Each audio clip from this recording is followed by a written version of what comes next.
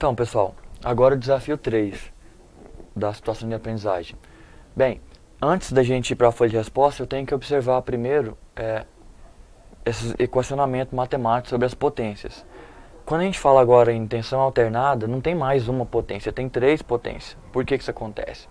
Porque a tensão alternada agora, elas são ondas que ficam variando ao longo do tempo. E aí, devido a alguns tipos de componente que retarda ou adianta uma forma de onda em relação à outra, há uma defasagem entre elas e surge esse ângulo aqui chamado de ângulo φ, que é o ângulo do fator de potência. E essa defasagem faz com que a potência geral do circuito ela seja diferente da potência que efetivamente vai realizar o trabalho, e tem uma terceira potência que é como se fosse uma perda, mas na verdade é a potência dessa defasagem que esses equipamentos utilizam para se autoalimentar, né, para alimentar o campo elétrico e o magnético, que é quem produz a defasagem. Então, resumindo, quando eu falo em potência alternada, eu falo em 3 potências. A potência aparente, essa é a potência total. Fazendo analogia ao circuito de corrente contínua, só tinha a potência ativa, que é aquela em watts, e ela gera a total. Então, aqui no alternado, a potência total agora é a aparente. Ela, inclusive, que é o produto da tensão pela corrente. Então, quando eu meço a tensão no circuito, meço a corrente e multiplico um pelo outro, eu tenho a potência aparente, que é a total zona do circuito. É ela que eu utilizo para dimensionar condutor, utilizo tudo. É a potência que é consumida no total. Aí a gente tem a potência ativa, que é a potência útil para os equipamentos funcionarem, para realizar trabalho. Então essa é a que eu desejava. Ela que é a correspondente da contínua, aquela que vai fazer o equipamento funcionar. E tem a reativa, que é a que eu não queria, mas é necessária para o funcionamento dos campos elétricos e magnéticos dos componentes. Então, a soma dessas duas que vai virar a potência aparente. Só que não é uma soma algébrica normal, é uma soma vetorial, porque como a defasagem do ângulo, então o valor da potência aparente e da potência ativa não pode somar, porque são vetores que têm ângulos diferentes. Então, quando eu tenho somar 2 vetores com ângulos diferentes, a gente aprendeu lá na física, lá em soma vetorial, que basta eu ligar a ponta do primeiro vetor no final do segundo. Então esse novo vetor aqui é o vetor soma, que no nosso caso é o vetor potência aparente. E como isso aqui vira um triângulo retângulo, porque essa potência reativa aqui, ela forma um ângulo de 90 graus com a potência ativa, então aqui eu tenho um triângulo e usando aqui as relações da trigonometria, eu consigo encontrar o valor de S em função de P e Q. Né? Primeiro, usando o teorema de Pitágoras, a gente chega na conclusão que S é igual a raiz quadrada de P ao quadrado mais Q ao quadrado. Então, é um jeito de eu encontrar o valor de S através de P e Q, caso eu não tenha U vezes I. E o P, ele é apenas um pedaço desse S aqui, é o pedaço que é refletido aqui para o eixo horizontal. É como se fosse a projeção. E para fazer isso na trigonometria, basta pegar o S e multiplicar por cosseno desse ângulo. E eu tenho um valor de P, que é esse vetor de baixo. Então P é S vezes o cosseno de φ. Ou, utilizando aqui do teorema de Pitágoras, eu posso isolar o P também dessa equação, que seria eu jogar essa raiz para cá e o S fica ao quadrado, aí eu jogo mais Q vindo para cá menos Q, e tiro o quadrado do P aqui passando a raiz. Então ficaria assim. Então eu uso essa equação quando eu tenho S e Q, ou eu uso essa quando eu tenho S e tenho o ângulo do fator de potência. A mesma coisa acontece com o valor de Q, que é a potência reativa. Eu posso encontrar ela pegando o valor de S e multiplicando pelo seno desse ângulo, né? Ou eu posso sair dessa equação e chegar no valor de Q também. Então são as opções. E o fator de potência, que é o fator de utilização da potência ativa em face da potência aparente, ela nada mais é do que uma porcentagem, né? Então, assim, a potência útil é a P, a potência total é a S. Então, P dividido por S seria eu dizer quantos por cento eu estou usando de S para a potência ativa. Então, o fator de potência, quando a gente fala que ele dá 80%, quer dizer que de toda a potência que é consumida, 80% é útil e o resto é desperdiçado para alimentar o circuito.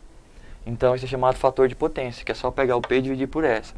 No nosso circuito, aqui do problema, a gente tem o motor e a fonte de alimentação nele. E eu tenho 3 instrumentos de medição que está medindo aqui as grandezas nele. Tem um amperímetro que mede a corrente que está passando aqui. Tem o voltímetro que está medindo a tensão que está aqui no motor, alternada, né? Fica alternando entre mais e menos. E tem o watímetro que mede tanto a corrente como a tensão. Ele precisa medir as duas ao mesmo tempo.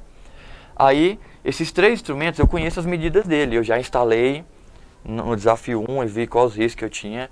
No desafio 2 eu falei qual aparelho que eu ia utilizar, qual o tipo de bobina. E agora no 3 eu vou ler as grandezas que ele me deu e vou fazer os cálculos que ele pediu, né, na tabelinha. A gente já está indo para lá. Então, as informações úteis estão aqui. Com elas que eu tenho que resolver o que pede. Então, só observação.